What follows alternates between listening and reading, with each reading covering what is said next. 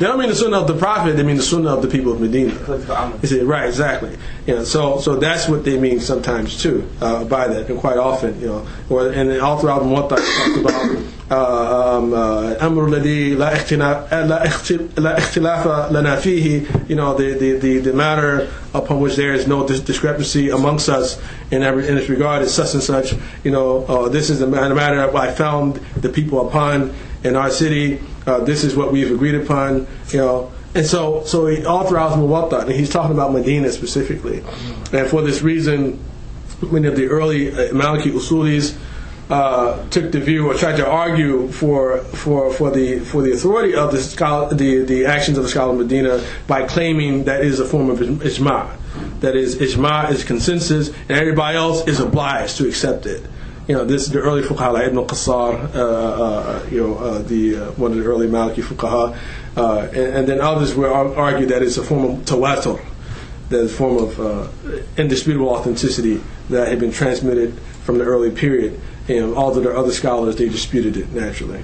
Yes. I don't know if this is related or not, but in terms of this discussion, so Imam Maliki, you said also just look at Medina people, right? Mm-hmm. But what about the hadiths in the time of the Prophet when he was in Mecca? All those hadiths are not considered in the Maliki school, is that right? Yeah, they are, because they came with the Prophet to Medina. They weren't left there. It's like they came with them. But I mean, didn't he practice differently in Mecca and Medina? Yeah, he did, but the reports about what he said, they still followed him. You see, and if he can ask, he would repeat it. You see, in Medina. At least that's the argument. Okay. Yeah. This is a little bit off the topic of this, but I was just wondering, do you think, or what's the opinion on one, like in order for one to be a true scholar of the Islamic sciences, one has to speak and understand, have a good working knowledge of the Fusha Arabic language. Is that something that you feel is true? Or? Well, can a person be a true scholar of Islam if they don't know the Quran, or can't read the Quran, and can't interpret the Quran? So, if you can't be, realistically, you can't consider yourself, how can you consider yourself to be a scholar of Islam if you can't read the Quran or translate it or interpret it? Then if you don't have the Arabic language, then you're not really, now you can learn a lot of stuff naturally, in the translated words about history and and you can understand a lot of things about fiqh and things like that, but you won't be able to give fatwa or to interpret the book or to determine if the translation was correct that you read, to understand the nuances of the different possibilities of meaning in translation of certain words. So I don't see how it's possible for a person to be considered a scholar of Islam if they're not able to access the original source, the main source book of the Muslims. So I guess my follow-up is, in North America, there are many people who, whether they hold themselves up or are held up by others as scholars of Islam, who do not speak Fusha Arabic, or really for any intents and purposes haven't really studied, who have not really studied Islam in any real depth, to be honest. Like someone read a book and they give a halqa or whatever. What do we, first of all, how can we, me as someone who's a layperson who has no knowledge, how can I differentiate? And second of all, is that even something that they should or could be doing in our context? Imam Ali, radiallahu anhu, karam Allah, he said that لا تعرف الحق بالرجال, that don't know the truth by men, بل اعرف الحق تعرف أهله. Rather, know the truth and you'll know those who have it. So the best way to secure yourself and to know whether or not someone knows what they're talking about is for you to learn, and for you to learn. That's the only that's the only way. Well, put it like this. We know what the sources of Islam are, right? Okay, if we know what the sources of Islam are, we know that the original language of the Islamic sources is Arabic, right? So that means that we can learn the language first and foremost. That's the first thing, is that you have to get the keys to open up that world of knowledge of the Islamic sciences.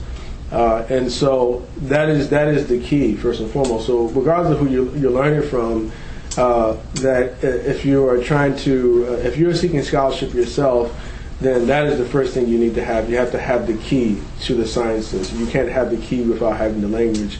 And then once you study the different sciences, every particular science has its own nomenclature too. So that's usually the first thing that you study. Science of Hadith has a nomenclature, Fiqh has a nomenclature, Tafsir has a nomenclature, Usul al-Fiqh. All of the different sciences have, and so when you get the language, and then after that, it's the details that come, and with time, with reading and so on, and with studying, sort of trying to overcome whatever other challenges that appear to you after that, and most importantly, sincerity. Yeah, most importantly is that sincerity. I believe that the Quran says, وَمَن يُؤْمِن بِاللَّهِ يَهْدِي قَلْبَهُ, that whoever believes in Allah, He will guide his heart. If you truly believe in Allah, He will guide your heart. So you have to remain sincerity. Remain sincere. وَمَا أُمِرُوا إِلَّا لِيَعْبُدُوا اللَّهَ مُخْلِصِينَ لَهُ الدِّينَ. That they've only been ordered to worship God while being sincere to Him in religion. In inclining away from idolatry. وَيُقِيمُوا الصَّلَاةَ وَيُؤْتُوا الزَّكَاةَ, and establish the prayer and the zakah. All those other qualifications are important too. And quite often when we quote that, we forget about those other parts too, because a person may say, well, I'm being sincere to Allah in religion, but he's not making salat, not paying zakat, and not inclining away from idolatry. And of course, naturally, we don't mean bowing down to an idol. We're talking about not allowing the images of others to make a serious impression upon your heart, such that you inadvertently ascribe divinity to people.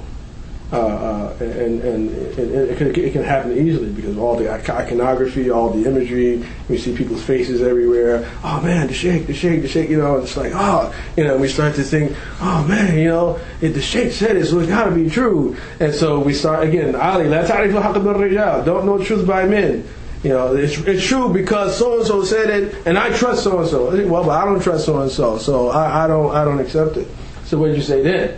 So that's why we just have to continue to try to be sincere and just continue to study the religion, in particular the Arabic language, and then all the other sciences that relate to that afterwards, inshallah.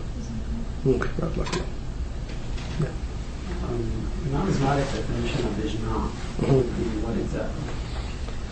Imam Malik's definition of ijma, or his conception of ijma, is as the majority of scholars, which is the agreement of the mujtahideen upon a judgment related to a new occurrence.